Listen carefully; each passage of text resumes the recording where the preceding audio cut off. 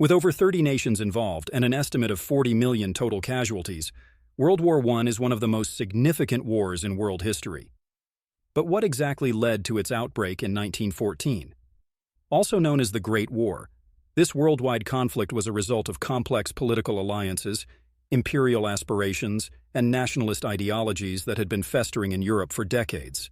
In the years preceding the war, Europe was divided into two major alliance systems, the Triple Entente and the Triple Alliance. Britain, France, and Russia formed the Triple Entente, which would eventually become known as the Allies. Germany, Austria, Hungary, and Italy formed the Triple Alliance, which would later become the Central Powers. However, Italy changed sides when the war broke out. On June 28, 1914, Archduke Franz Ferdinand, heir to the Austrian-Hungarian throne, and his wife, were assassinated while visiting the city of Sarajevo. This event triggered a chain reaction that soon led to the declaration of war. The assassination was committed by a Bosnian Serb nationalist, and it infuriated Austria-Hungary, which sent Serbia an ultimatum accusing it of supporting the assassins and demanding major concessions. Supported by its ally, Russia, Serbia accepted the ultimatum to some extent. However, the partial acceptance of demands did not satisfy Austria-Hungary. As a result, on July 28, 1914, Austria-Hungary declared war on Serbia. Russia, obligated by its alliance with Serbia and trying to maintain its influence in the Balkans, prepared its forces to support Serbia. Then on August 1st, Germany, honoring its alliance with Austria-Hungary and fearing Russian expansionism, declared war on Russia. On August 2nd, Germany invaded Luxembourg, demanding passage through Belgium as part of the Schlieffen Plan. Then next day, Germany declared war on Russia's ally France. On August 4th, Germany invaded Belgium, violating its neutrality. As a result, Britain, that was required by treaty to protect Belgian neutrality, was drawn into the war. According to the Schlieffen Plan, Germany would quickly win the war by beating France in the west and then moving east to face the larger Russian army. However, international agreements, such as the Treaty of London in 1839, which was signed by Germany and other European countries, protected Belgium's neutrality. Because of this breach of Belgian neutrality, the public saw Germany as an aggressor in the war. For the rest of the month, various battles occurred in the area, with the Germans often being victorious. In September 1914, the Battle of the Marne was fought by France and Britain against the advancing Germans. As the German army advanced towards Paris, Allied forces rallied along the Marne River. In a dramatic showdown from September 6 to September 12, 1914, the Allies launched a daring counterattack. Ultimately, they emerged victorious, forcing the Germans to retreat. This battle marked the failure of the Schlieffen Plan and the beginning of trench warfare. From October to November, the First Battle of Ypres took place in Belgium. It resulted in high casualties and solidified the Western Front's trench lines. With the major countries now at war, the conflict quickly escalated into an international fight. As the war progressed, each country encountered distinct conditions that influenced its decision to join the conflict. Between 1914 and 1918, over 30 countries joined the war.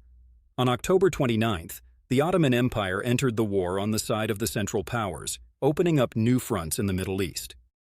From April 22nd until May 25th, the Second Battle of Ypres took place. This battle marked the first large-scale use of poison gas by the Germans. Chlorine gas attacks caused significant Allied casualties. However, the Germans failed to achieve a breakthrough. The battle demonstrated the horrific potential of chemical warfare and prompted both sides to develop protective measures and their own chemical weapons. During the second month of 1915, the Winter Battle of the Masurian Lakes took place.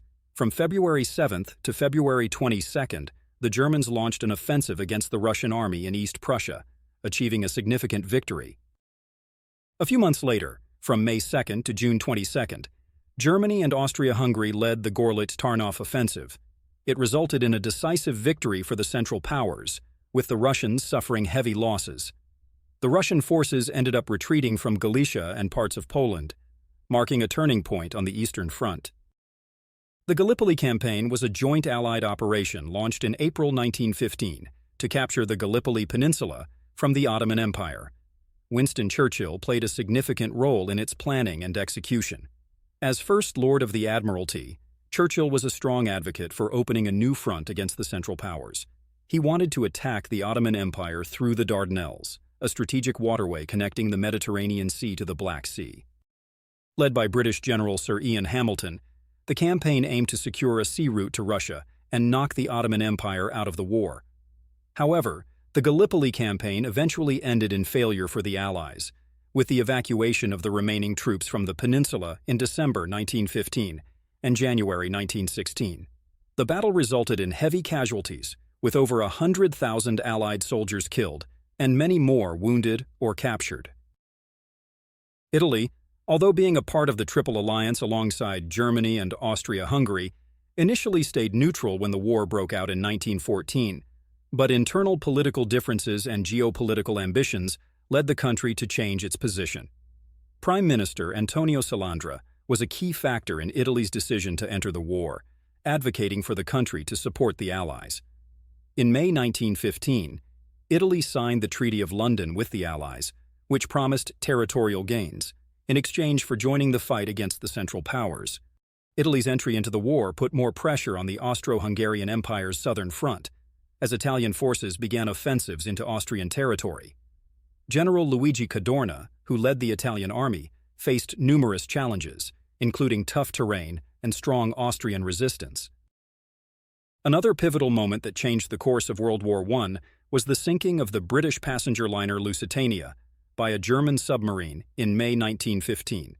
The sinking claimed the lives of more than 1,000 civilians, including 128 Americans, something that caused outrage in the United States, with the public calling for intervention. But what was the reason behind this attack?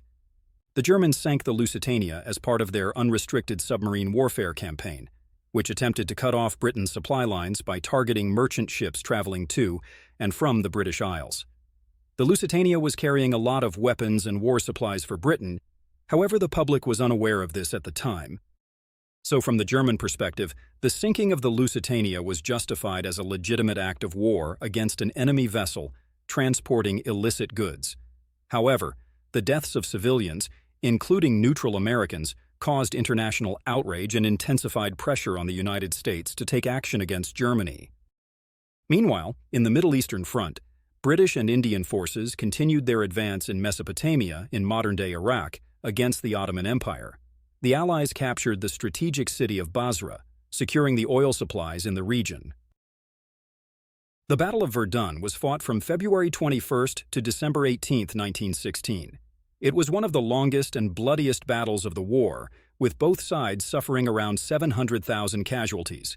It pitted the German Empire against the French Republic in a battle for control of the strategic town of Verdun in northeastern France. Led by French General Philippe Pétain, the French forces successfully defended the city against persistent German attacks. Another important battle, the Battle of the Somme, was fought from July 1st to November 18, 1916. It was a joint British and French offensive aimed at breaking through German lines on the Western Front and relieving pressure in Verdun. Led by British General Douglas Haig, the Allies launched a massive artillery bombardment, followed by a frontal infantry assault. In September, this battle saw the first use of tanks in combat by the British. The battle resulted in 1 million total casualties on both sides, with the Allies gaining only limited territorial advances and failing to achieve their intended breakthrough. The largest naval battle of the war, the Battle of Jutland, was fought from May 31st to June 1st, 1916. It was fought between the British Royal Navy and the German High Seas Fleet in the North Sea off the coast of Denmark's Jutland Peninsula. Led by British Admiral Sir John Jellicoe and German Admiral Reinhard Scheer, the battle involved over 250 ships and 100,000 men. Although the battle ended inconclusively, with both sides claiming victory, it strategically reinforced British naval dominance and the blockade of Germany. Meanwhile, in the Middle Eastern front, the Arab Revolt was taking place. The Arab Revolt was initiated in June 1916 by Sharif Hussein bin Ali of Mecca with British support. It aimed to secure Arab independence from Ottoman rule. The revolt disrupted Ottoman supply lines and tied down significant forces, contributing to the weakening of the Ottomans. In the Balkans, The Monastir offensive took place from September 12 to December 11, 1916. Allied forces, including Serbian, French, British, and Italian troops, launched an offensive against Bulgarian and German forces, capturing the town of Monastir.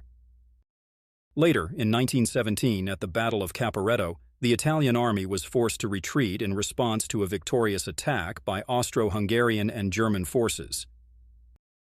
The Battle of Passchendaele, also known as the Third Battle of Ypres, was fought from July 31 to November 10, 1917. It was a major offensive launched by the British Empire and its allies against the German Empire on the Western Front. Led by British General Sir Douglas Haig, the battle was characterized by brutal trench warfare and dreadful conditions caused by continuous rain and artillery bombardments. Despite gaining some ground, the battle resulted in heavy casualties on both sides and ended without a decisive breakthrough. Back in Russia, two key revolutions were taking place. The February Revolution began on March 8, forcing Tsar Nicholas II to abdicate and leading to a provisional government. However, this government struggled with economic issues and continued being involved in the war. The October Revolution took place in November of the same year. On November 6th and 7th, the Bolsheviks, led by Vladimir Lenin, overthrew the provisional government and withdrew Russia from World War I. This sparked a civil war in Russia, eventually establishing the Soviet Union. Meanwhile, American President Woodrow Wilson was under increasing pressure from the people to take strong action against Germany. So, on April 6, 1917, the United States officially declared war on Germany and its allies, joining the conflict in pursuit of what President Wilson described as a war to end all wars and to make the world safe for democracy. This decision came after Germany resumed unrestricted submarine warfare, and following the revelation of the Zimmermann telegram, in which Germany proposed an alliance with Mexico against the United States. This prompted America's declaration of war on Germany. The American entry provided the Allies with fresh troops, resources, and industrial support, greatly strengthening their war effort. In 1918, Allied forces, bolstered by fresh American troops, launched a massive offensive, beginning with the Battle of Amiens. The Battle of Amiens was fought from August 8 to August 11, 1918. It was a significant engagement on the Western Front, and it marked the beginning of the 100 Days Offensive. Under the command of General Sir Henry Rawlinson of Britain, the Allied forces employed groundbreaking tactics, including the use of combined arms such as infantry, artillery, tanks, and aircraft, in coordinated attacks. The Allies achieved significant gains on the first day of the battle, advancing several miles into enemy territory and capturing thousands of German soldiers. The success of the battle demonstrated the efficiency of the new tactics and technologies developed by the Allied forces. It also severely exhausted German morale and resources, setting the stage for further Allied advances in the 100 Days Offensive. The Battle of Amiens is often regarded as the beginning of the end of World War I, as it marked the start of a series of Allied victories that would eventually lead to the collapse of the German army. By 1918, the war had led to the collapse of the German, Austro-Hungarian, Russian, and Ottoman empires, reshaping the political map of Europe and the Middle East. The war eventually came to an end with the signing of the armistice on November 11, 1918, effectively halting fighting on the Western Front. The Central Powers, facing internal unrest and military exhaustion, agreed to the terms, leading to the formal end of the war with the signing of the Treaty of Versailles on June 28, 1919. The Treaty of Versailles imposed severe penalties on Germany, including territorial losses, demilitarization, and compensation payments. This sowed the seeds of resentment and instability, ultimately contributing to the outbreak of World War II.